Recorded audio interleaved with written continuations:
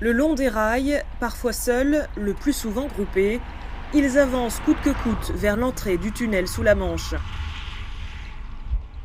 Leur but, gagner à tout prix l'Angleterre, qu'ils considèrent comme un Eldorado.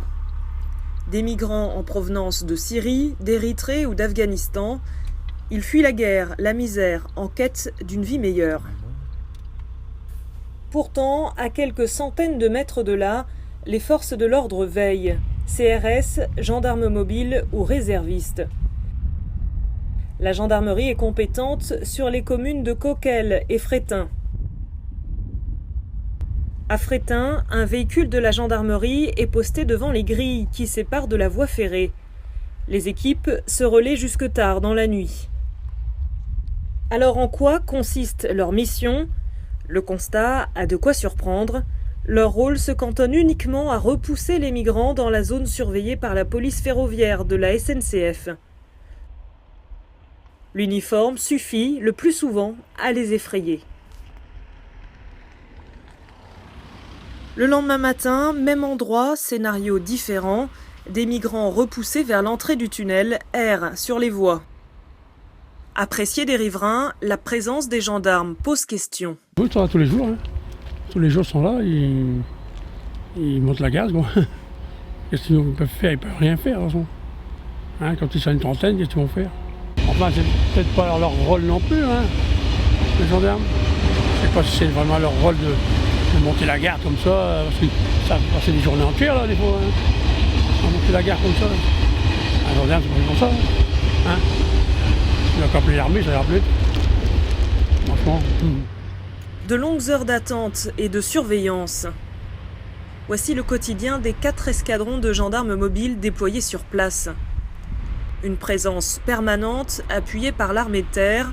Ce jour-là, des légionnaires agissant dans le cadre de Vigipirate. C'est la nuit que l'activité s'intensifie, lorsque les migrants profitent de l'obscurité pour s'introduire sur le site d'Eurotunnel. Plusieurs centaines d'intrusions sont recensées chaque nuit.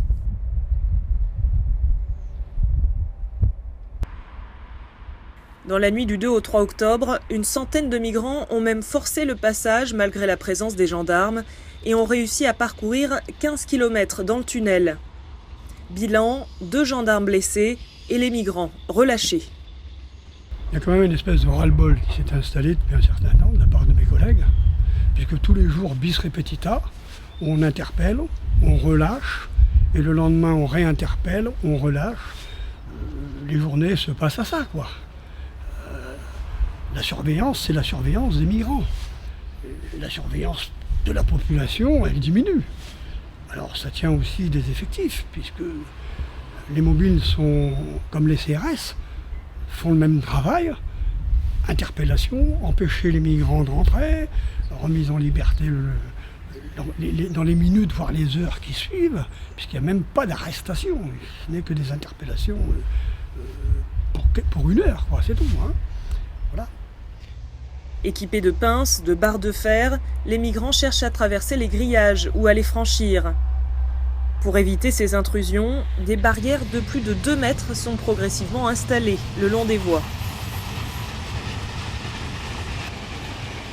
Des barrières aussi sur le pont de l'autoroute servent ici de garde-fous. Depuis 4 mois, 16 migrants sont morts, écrasés sur l'autoroute, électrocutés sur les trains ou les navettes par les caténaires ou en tombant. Une situation critique amenée à s'aggraver. Ces 3 dernières semaines, le nombre des migrants dans la jungle a en effet doublé, passant de 3 000 à 6 000 personnes.